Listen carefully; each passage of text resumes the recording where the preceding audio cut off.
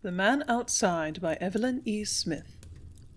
This version of the story is taken from Galaxy Science Fiction magazine, the August 1957 edition. No one, least of all Martin, could dispute that a man's life should be guarded by his kin, but by those who hadn't been born yet? Nobody in the neighborhood was surprised when Martin's mother disappeared and Ninian came to take care of him. Mothers had a way of disappearing around those parts, and the kids were often better off without them. Martin was no exception. He never had it good while he was living with his old lady. As for his father, Martin never had one. He had been a war baby, born of one of the tides of soldiers, enemies and allies both, and had engulfed the country in successive waves and bought or taken the women. So there was no trouble that way. Sometimes he wondered who Ninian really was. Obviously, that story about her coming from the future was just a gag. Besides, if she really was his great-great-granddaughter, as she said she was, why would she tell him to call her Aunt Ninian? Maybe he was only 11, but he'd been around and he knew just what the score was. At first he thought that, maybe, she was some kind of new social worker, but she acted a little too crazy for that. He loved to bait her as he had loved to bait his mother. It was safer with Ninian, though, because when he pushed her too far, she would cry instead of mopping the floor with him. "But I can't understand," he would say, keeping his face straight. "Why do you have to come from the future to protect me against your cousin Conrad?" "Because he's coming to kill you." "Why should he kill me? I ain't done him nothing." Ninian sighed. "He's dissatisfied with the current social order, and killing you is part of an elaborate plan he formulated to change it. You wouldn't understand." "You're damn right. I don't understand. What's it all about in straight gas?" "Oh, just don't ask any questions," Ninian said petulantly. "When you get older, someone will explain the whole thing to you." So Martin held his peace, because on the whole he liked the way things were. Ninian really was the limit, though. All the people he knew lived in scabrous tenement apartments like his, but she seemed to think it was disgusting. "So if you don't like it, clean it up," he suggested. She looked at him as if he were out of his mind. "Hire a maid, then," he jeered. And darned if that dope didn't go out and get a woman to come clean up the place.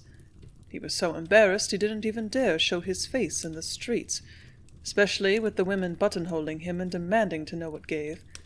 They tried talking to Ninian, but she certainly knew how to give them the cold shoulder.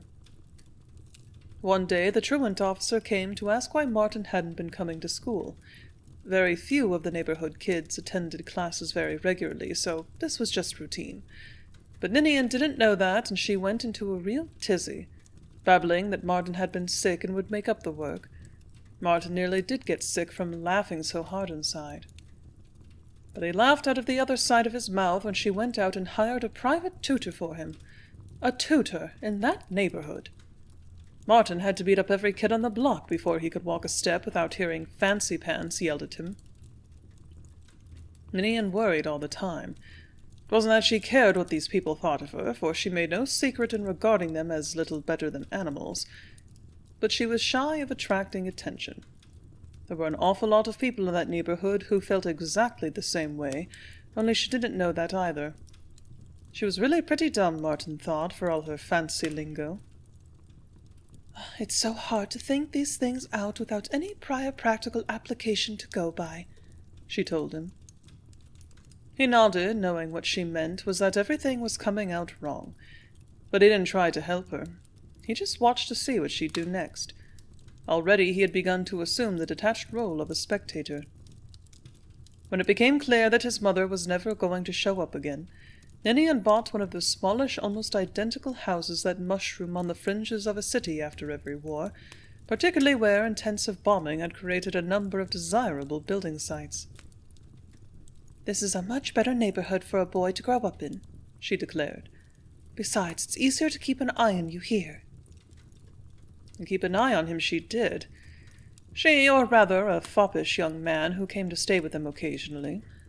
Martin was told to call him Uncle Raymond. From time to time there were other visitors. Uncles Ives and Bartholomew and Olaf, aunts Ottilie and Grania and Lalage, and many more. All cousins to one another, he was told, all descendants of his. Martin was never left alone for a moment. He wasn't allowed to play with the other kids in the new neighborhood. Not that their parents would have let them anyway. The adults obviously figured that if a one-car family hired private tutors for their kid, there must be something pretty wrong with him. So Martin and Ninian were just as conspicuous as before, but it didn't tip her off. She was grown up. She was supposed to know better than he did. He lived well. He had food to eat he'd never dreamed of before, warm clothes that no one had ever worn before him. He was surrounded by more luxury than he knew what to do with. The furniture was the latest new Grand Rapids African modern.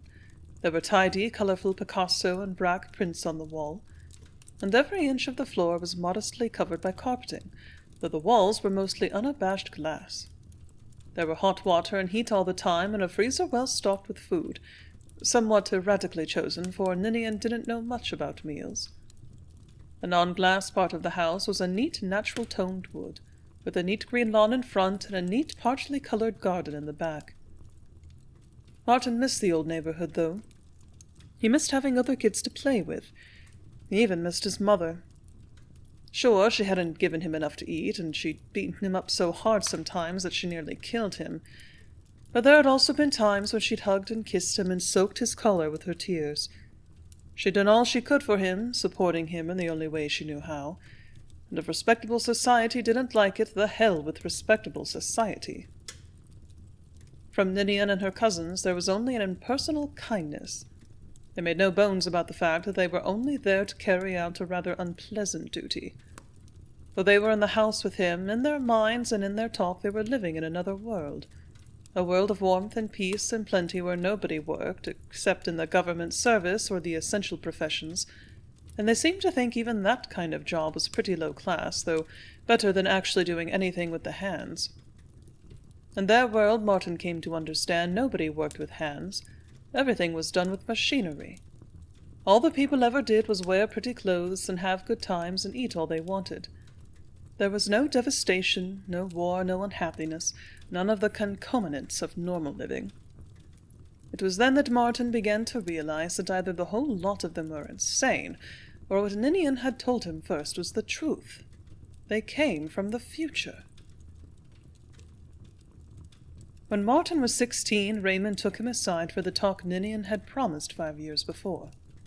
"The whole thing's all my brother Conrad's fault. You see, he's an idealist," Raymond explained, pronouncing the last word with distaste. Martin nodded gravely. He was a quiet boy now, his brief past a dim and rather ridiculous memory.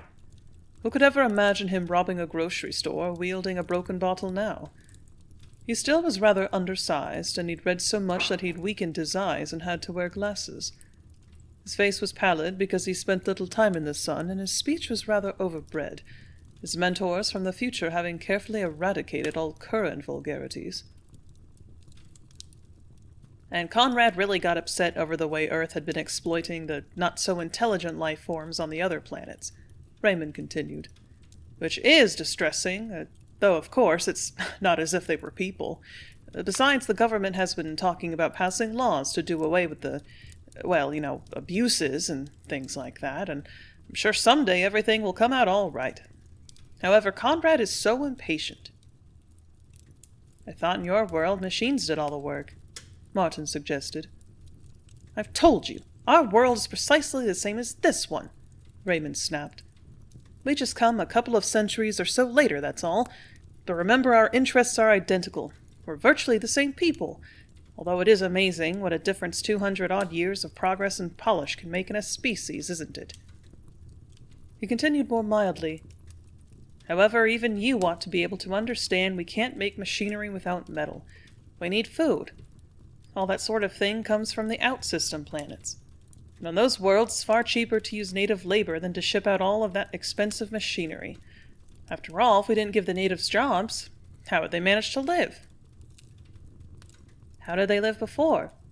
Come to think of it, if you don't work, how do you live now?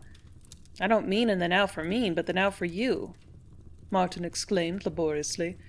It was so difficult to live in the past and think in the future. I'm trying to talk to you as if you were an adult, Raymond said. But if you persist in these childish interruptions... I'm sorry, Martin said. But he wasn't, for by now he had little respect left for any of his descendants.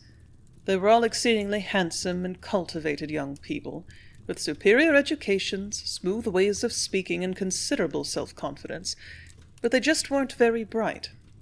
And he had discovered that Raymond was perhaps the most intelligent of the lot.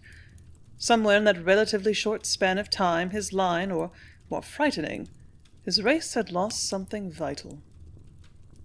Unaware of the near contempt in which his young ancestor held him, Raymond went on blandly, Anyhow, Conrad took it upon himself to feel particularly guilty, because he decided if it hadn't been for the fact that our great-grandfather discovered the superdrive, we might never have reached the stars. Which is ridiculous, his feeling guilty, I mean. Perhaps a great-grandfather is responsible for his great-grandchildren, but a great-grandchild can hardly be held accountable for his great-grandfather. How about a great-great-grandchild? Martin couldn't help asking. Raymond flushed a delicate pink. Do you want to hear the rest of this, or don't you? Oh, I do, Martin said. He had pieced the whole thing together for himself long since, but he wanted to hear how Raymond would put it. Unfortunately, Professor Farkas had just perfected the time transmitter. Those government scientists are so infernally officious, always inventing such senseless things. It's supposed to be hush-hush, but you know how the news will leak out when one is always desperate for a fresh topic of conversation. Anyhow, Raymond went on to explain, Conrad had bribed one of Farkas's assistants for a set of the plans. Conrad's idea had been to go back in time and eliminate their common great-grandfather. In that way there would be no space drive, and hence the terrestrials would never get to the other planets and oppress the local aborigines. Sounds like a good way of dealing with the problem, Martin observed. Raymond looked annoyed. It's an adolescent way, he said, to do away with it rather than a solution. Would you destroy a whole society in order to root out a single injustice? Not if it were a good one otherwise. Well, there's your answer. Conrad got the apparatus built, or perhaps he built it himself. Well, one doesn't inquire too closely into such matters. But when it came to the point, Conrad couldn't bear the idea of eliminating our great-grandfather, because our great-grandfather was such a good man, you know. Raymond's expressive upper lip curled. So Conrad decided to go further back still and get rid of his great-grandfather's father, who'd been, by all accounts, a pretty worthless character. That would be me, I suppose, Martin said quietly. Raymond turned a deep rose. Well, doesn't that just go to prove you mustn't believe everything you hear? The next sentence tumbled out in a rush. I wormed the whole thing out of him, and all of us, the other cousins and me, held a council of war, as it were, and we decided it was our moral duty to go back in time ourselves and protect you. He beamed at Martin. The boy smiled slowly. Of course, you had to. If Conrad succeeded in eliminating me, then none of you would exist, would you? Raymond frowned. Then he shrugged cheerfully. Well, you didn't really suppose we were going to all this trouble and expense out of sheer altruism, did you? He asked, turning on the charm which all the cousins possessed to a consternating degree. Martin had, of course, no illusions on that score. He had learned long ago that nobody did anything for nothing, but saying so was unwise. We bribed another set of plans out of another of the professor's assistants, Raymond continued, as if Martin had answered, and, induced a handicraft enthusiast to build the gadget for us. Induced, Martin knew, could have meant anything from blackmail to use of the Iron Maiden. Then we were ready to forestall Conrad. If one of us guarded you day and night, he would never be able to carry out his plot. So we made our counterplan, set the machine as far back as it would go, and here we are. I see, Martin said. Raymond didn't seem to think he really did. After all, he pointed out defensively, whatever our motives, it has turned into a good thing for you. Nice home, cultured companions, all the contemporary conveniences, plus some handy anachronisms. I don't see what more you could ask for. You're getting the best of all possible worlds. Of course, Ninian was a ninny to locate in a mercantile suburb where any little thing out of the way will cause talk. Oh, how thankful I am that our era has completely disposed of the mercantiles. What did you do with them? Martin asked. But Raymond rushed on. Soon as Ninian goes and I'm in full charge, we'll get a more isolated place and run it on a far grander scale. Ostentation. That's the way to live here and now. The richer you are, the more eccentricity you can get away with. And, he added, I might as well be comfortable as possible while I suffer through this wretched historical stint. So Ninian's going, said Martin, wondering why the news made him feel curiously desolate.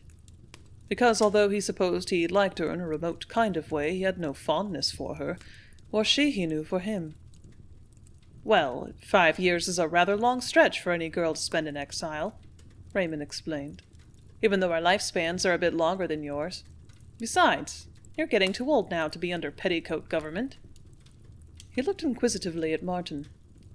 You're not going to get all weepy and make a scene when she leaves, are you? No, Martin said hesitantly. Oh, I suppose I will miss her, but we aren't very close, so it won't make a difference. That was the sad part. He already knew it wouldn't make a difference.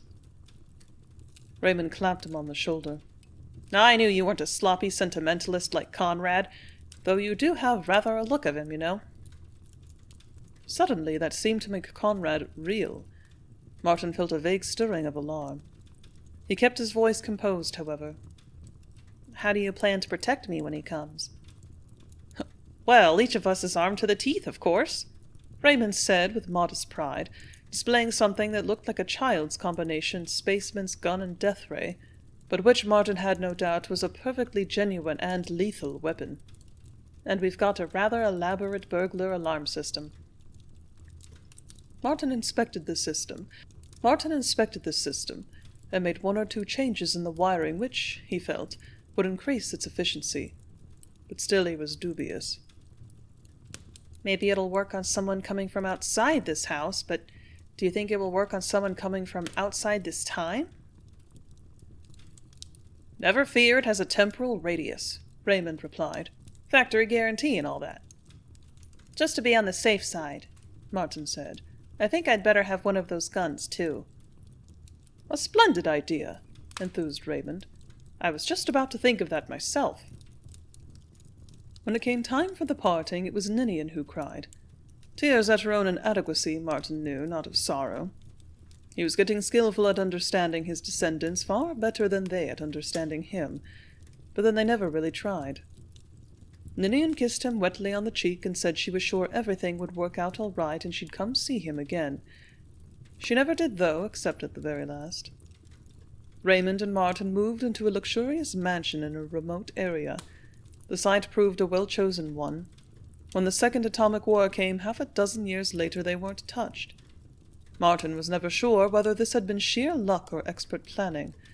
Probably luck, because his descendants were exceedingly inept planners. Few people in the world, then, could afford to live as stylishly as Martin and his guardian. The place had not only contained every possible convenience and gadget, but was crammed with bibliots and antiques, carefully chosen by Raymond and disputed by Martin, for, to the man from the future, all available artifacts were antiques. Otherwise, Martin accepted his new surroundings. His sense of wonder had become dulled by now, and the pink pseudo-Spanish castle, architecturally dreadful, of course, Raymond had said, but so hilariously typical, impressed him far less than had the suburban split-level aquarium. How about a moat? Martin suggested when they first came.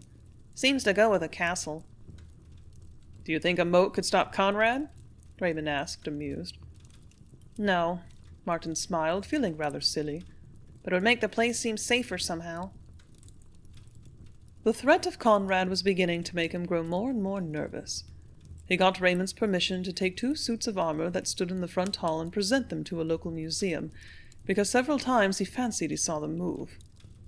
He also became an adept with the ray gun and changed the surrounding landscape quite a bit with it, until Raymond warned him that this might lead Conrad to them. During those early years, Martin's tutors were exchanged for the higher-degreed ones that were now needful. The question inevitably arose as to what the youth's vocation in that life was going to be. At least 20 of the cousins came back through time to hold one of their vigorous family councils. Martin was still young enough to enjoy such occasions, finding them vastly superior to all other forms of entertainment. "This sort of problem wouldn't arise in our day, Martin," Raymond commented as he took his place at the head of the table. "Because unless one specifically feels a call to some profession or other, one just, well, drifts along happily." "Ours is a wonderful world," Grania sighed at Martin. "I only wish we could take you there. I'm sure you'd like it." "Don't be a fool, Grania," Raymond snapped. "Well, Martin, have you made up your mind what you want to be?" Martin affected to think. "A physicist," he said, not without malice. "Or perhaps an engineer." There was a loud, excited chorus of dissent. He chuckled inwardly. "Can't do that," Ives said. "I pick up some concepts from us. Don't know how, none of us knows a thing about science, but it could happen. Subconscious osmosis, if there was such a thing. And the fellow we got the plans from particularly cautioned us against that. Changing history. Dangerous." "Might mess up our time frightfully," Bartholomew contributed. "Though to be perfectly frank, I can't understand how." "I am not going to sit down and explain the whole thing to you all over again, Bart," Raymond said impatiently.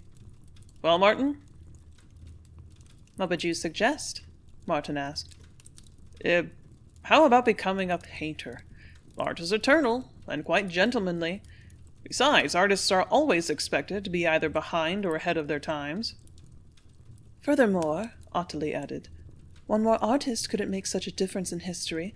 There were so many of them through all the ages." Martin couldn't hold back his question. "What was I actually in that other time?"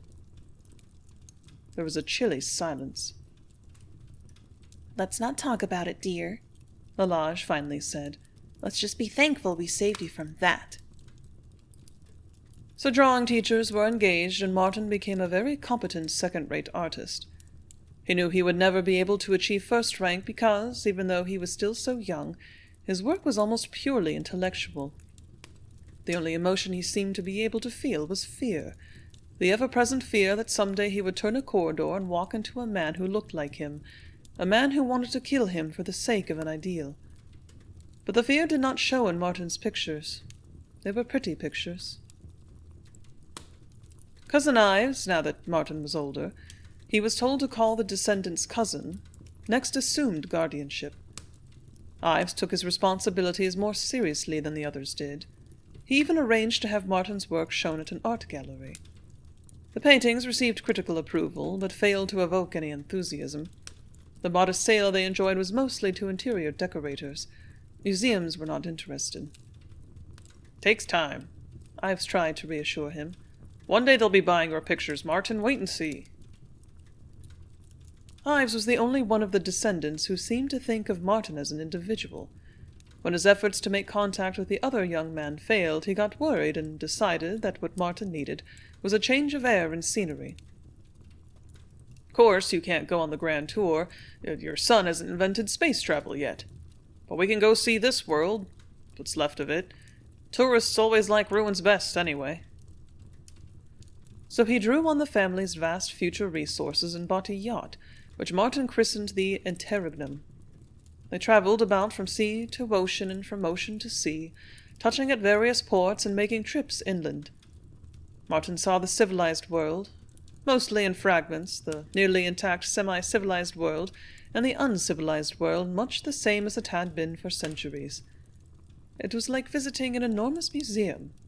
He couldn't seem to identify with his own time anymore.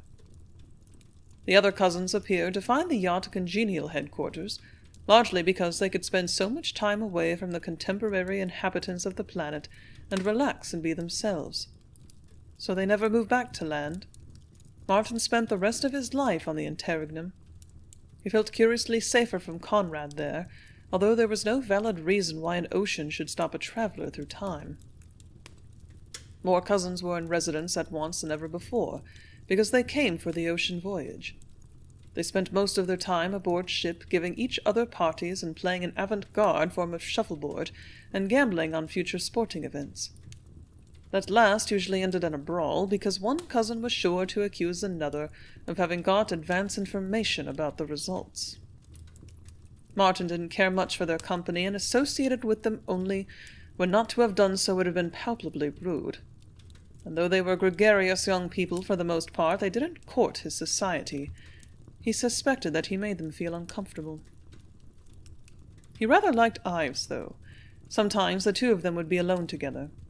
Then Ives would tell Martin of the future world he had come from. The picture drawn by Raymond and Ninian had not been entirely accurate, Ives admitted. True, there was no war or poverty on Earth proper, but that was because there were only a couple of million people left on the planet. It was an enclave for the highly privileged, highly interbred aristocracy, to which Martin's descendants belonged by virtue of their distinguished ancestry. "Rather feudal, isn't it?" Martin asked.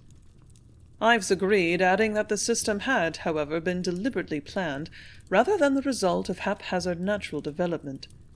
Everything potentially unpleasant like the mercantiles had been deported. "Not only natives living on the other worlds," Ives said as the two of them stood at the ship's rail, surrounded by the limitless expanse of some ocean or other. "People, too. Mostly lower classes, except for officials and things. With wars and want and suffering," he added regretfully. "Same as in your day. Like now, I mean," he corrected himself. "Maybe it is worse, the way Conrad thinks. More planets for us to make trouble on. 3 that were habitable aren't anymore. Bombed. Very thorough job." "Oh," Martin murmured, trying to sound shocked, horrified, interested even. "Sometimes I'm not altogether sure Conrad was wrong," Ives said after a pause. "Tried to keep us from getting to the stars, hurting the people. I expect you could call them people there. Still," he smiled shamefacedly, "couldn't stand by and see my own way of life destroyed, could I?" "I suppose not," Martin said. "It'd take moral courage. I don't have it. None of us does, except Conrad, and he—" Ives looked out over the sea.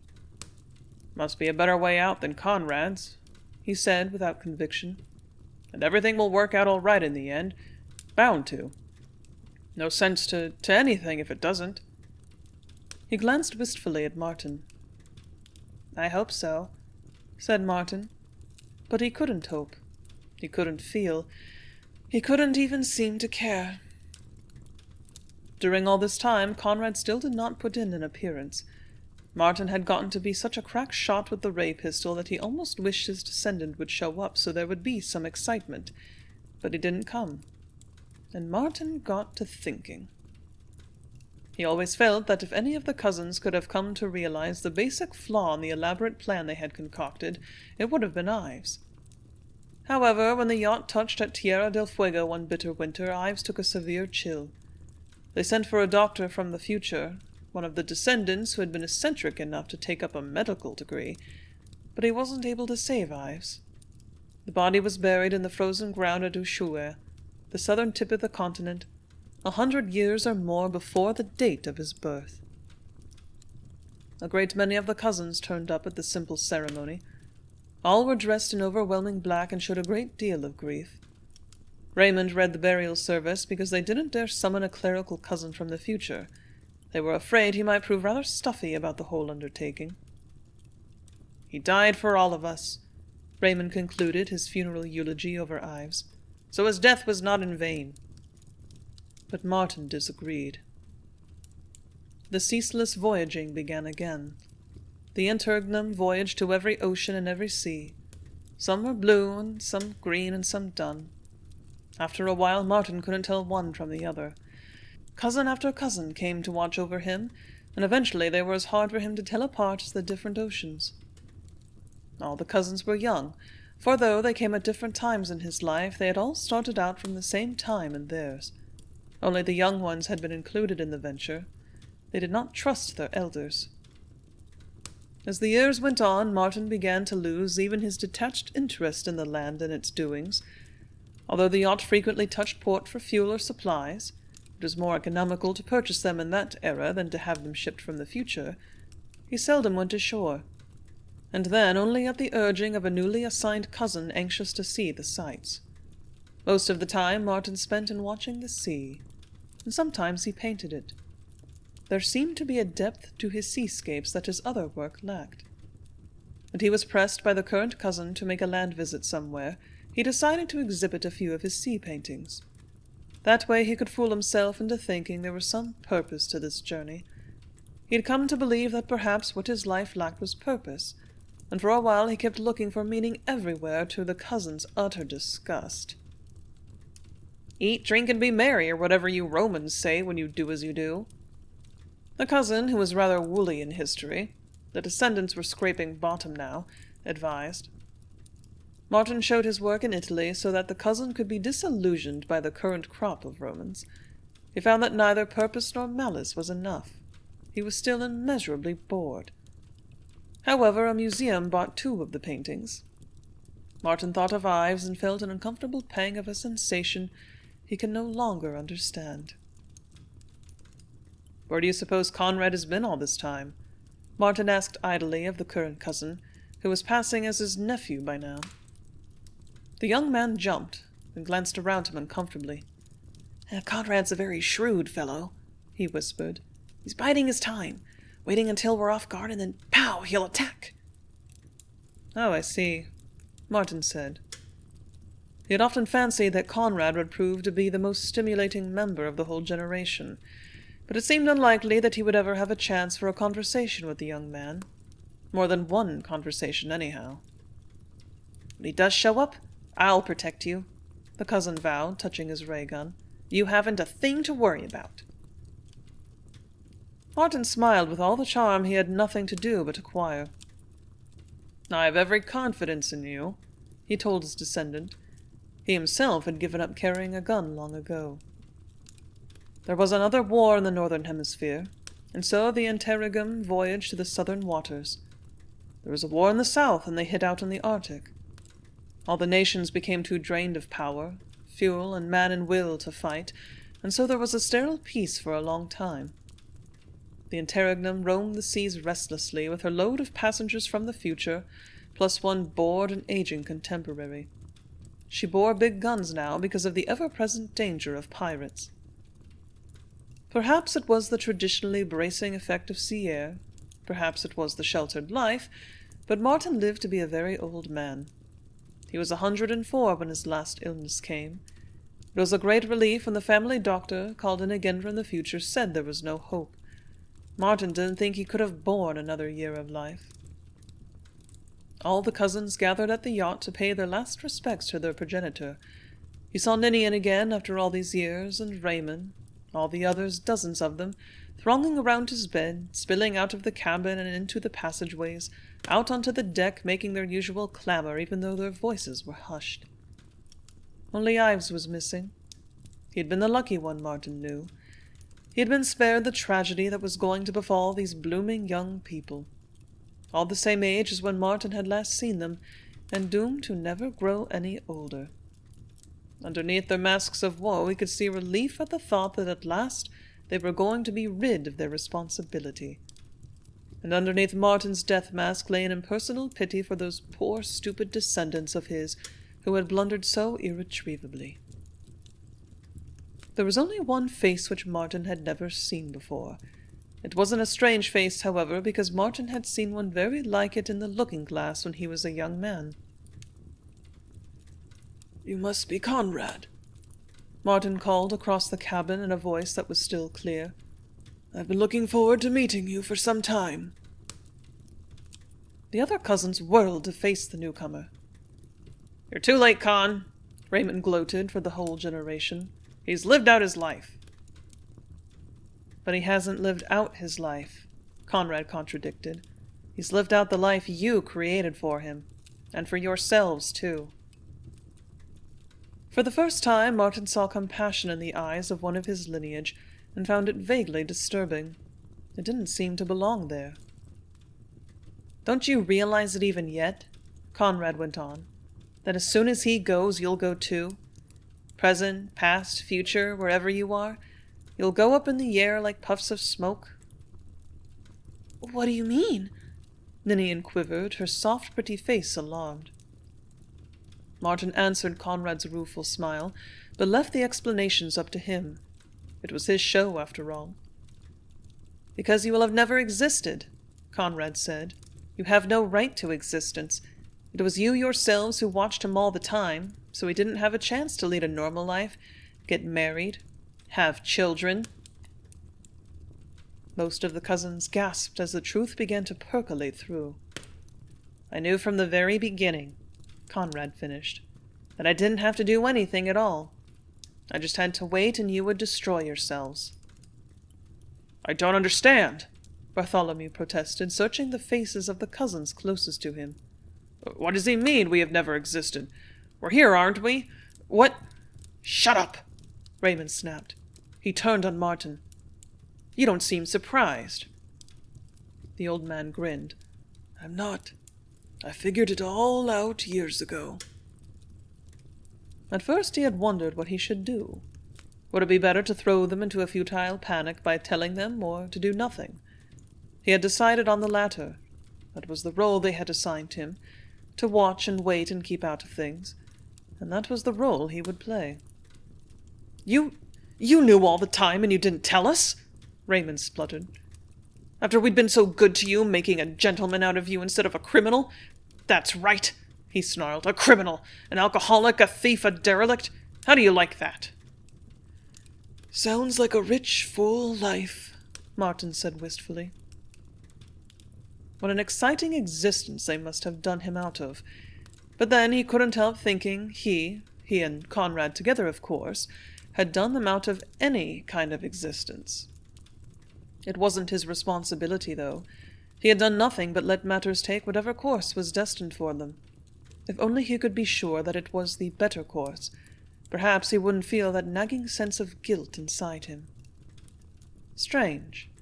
Where in his hermetic life could he possibly have developed such a queer thing as a conscience? "Then we've wasted all this time," Ninian sobbed. "All this energy, all this money for nothing." "But you were nothing to begin with," Martin told them. And then after a pause he added, "I only wish I could be sure there had been some purpose to this." He didn't know whether it was approaching death that dimmed his sight, or whether the frightened crowd that pressed around him was growing shadowy. "I wish I could feel that some good had been done in letting you be wiped out of existence," he went on, voicing his thoughts. "But I know that the same thing that happened to your worlds and my world will happen all over again. To other people in other times, but again. It's bound to happen. There isn't any hope for humanity." One man couldn't really change the course of human history, he told himself. Two men, that was. One real, one shadow. Conrad came close to the old man's bed. He was almost transparent. "No," he said. "There is hope. They didn't know the time transmitter works two ways. I used it for going into the past only once, just this once, but I've gone into the future with it many times, and—" he pressed Martin's hand. "Believe me, what I did, what we did, you and I, serves a purpose. It will change things for the better. Everything is going to be all right." Was Conrad telling him the truth, Martin wondered, or was he just giving the conventional reassurance to the dying? More than that, was he trying to convince himself that what he had done was the right thing? Every cousin had assured Martin that things were going to be all right. Was Conrad actually different from the rest? His plan had worked and the others hadn't, but then all his plan had consisted of was doing nothing. That was all he and Martin had done. Nothing. Were they absolved of all responsibility merely because they had stood aside and taken advantage of the others' weaknesses? "Why," Martin said to himself, "in a sense, it could be said that I have fulfilled my original destiny. I am a criminal." Well, it didn't matter. Whatever happened, no one could hold him to blame. He held no stake in the future that was to come. It was other men's futures, other men's problems. He died very peacefully then, and since he was the only one left on the ship, there was nobody to bury him.